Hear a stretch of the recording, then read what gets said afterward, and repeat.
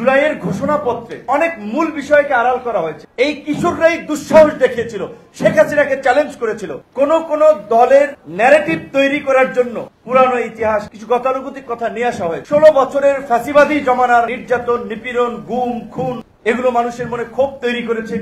বড় বড় নেতা, পুলিশের পদস্থ কর্মকর্তা গাড়ি লাইসেন্স দেয়, কাগজ দেয়, ছাত্ররা সড়কে নামাইয়া তাকে হাঁটায় নিয়ে এত লোকের অভাব পড়ে নাই। কিন্তু এইটা আমাদের মধ্যে একটু উপলব্ধিতে থাকা দরকার। আমরা অনেকেই কিন্তু পুনর্বাসন করছি। সংস্কারের প্রশ্নে সাকিব ভাই যেমনটা বলেছে যে জুলাই সনদের বিষয়ে যে আমরা অনেকগুলো বিষয়ে একমত পোষণ করেছি। জুলাইয়ের ঘোষণাপত্রে আমাদের প্রকৃত অর্থে যেই প্রত্যাশা ছিল সেটির প্রতিফলন ঘটে নাই, বরঞ্চ এখানে কিছু কথা মন গড়া কথা জুড়ে দেওয়া হয়েছে। কোন কোন দলের ন্যারেটিভ তৈরি করার জন্য এইখানে একটা নতুন কি বলবেন যে কিছু পুরানো ইতিহাস কিংবা কিছু গতানুগতিক কথা নিয়ে আসা হয়েছে এবং অনেক মূল বিষয়কে আড়াল করা হয়েছে। ইতিহাসের ধারাবাহিকতা থাকতে পারে, এই ধরনের ঘোষণাপত্র সংক্ষিপ্ত হয়, কিন্তু অল্প কথা থাকলে সেটার মূল্য থাকে অনেক, সেটা গুরুত্বপূর্ণ কথা হয়ে থাকে।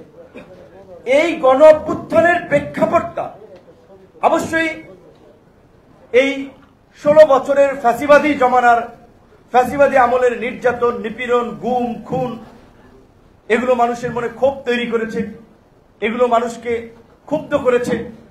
মানুষের মধ্যে অত্যাচার, নির্যাতন কিছু ক্ষেত্রে প্রতিরোধ করতে শিখিয়েছে। যেমনিভাবে আমরা 2018 সালে যখন কোটা সংস্কার আন্দোলন করেছিলাম, আমরা সরকারি চাকরির বৈষম্য নিরসনের জন্য আন্দোলন করেছিলাম। তা আমরা কি চাকরিতে ঢুকেছি?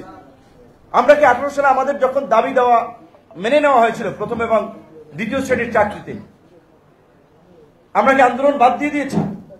বরঞ্চ কোটা সংস্কার আন্দোলনের পরে আমরা যখন ঢাকা বিশ্ববিদ্যালয়ের ডাকসু নির্বাচন পেয়েছি, নিজেদেরকে আরেকটু প্রাতিষ্ঠানিকভাবে সংগঠিত করার চেষ্টা করেছি।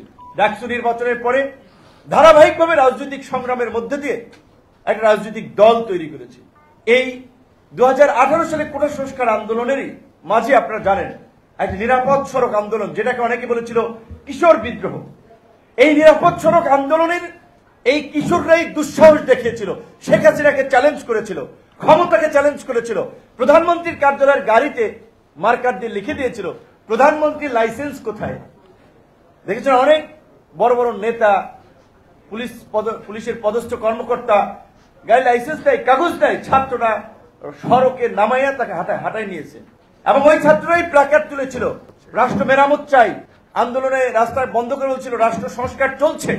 এবং কিছু ছবি ফেসবুকে আপনারা দেখেছেন কি সুন্দরভাবে একদিকে একটা লেন অ্যাম্বুলেন্স যাচ্ছে, একটা লেন রিক্সা যাচ্ছে, একটা লেনে মানুষ হেঁটে যাচ্ছে। এইভাবে আন্দোলনের মাঝখানে তারা দৃষ্টান্ত স্থাপন করে দেখিয়েছিল।